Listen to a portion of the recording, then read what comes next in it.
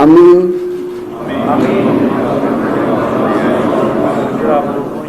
সংসদ সদস্য নির্বাচিত হইয়া সশ্রদ্ধ চিত্তে শপথ বা দৃঢ়ভাবে ঘোষণা করিতেছি যে আমি যে কর্তব্যভার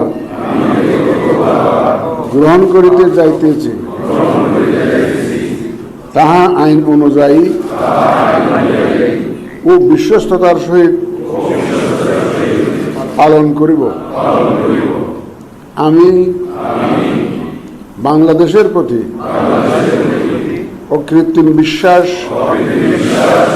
ও আনুগত্য পোষণ করিব এবং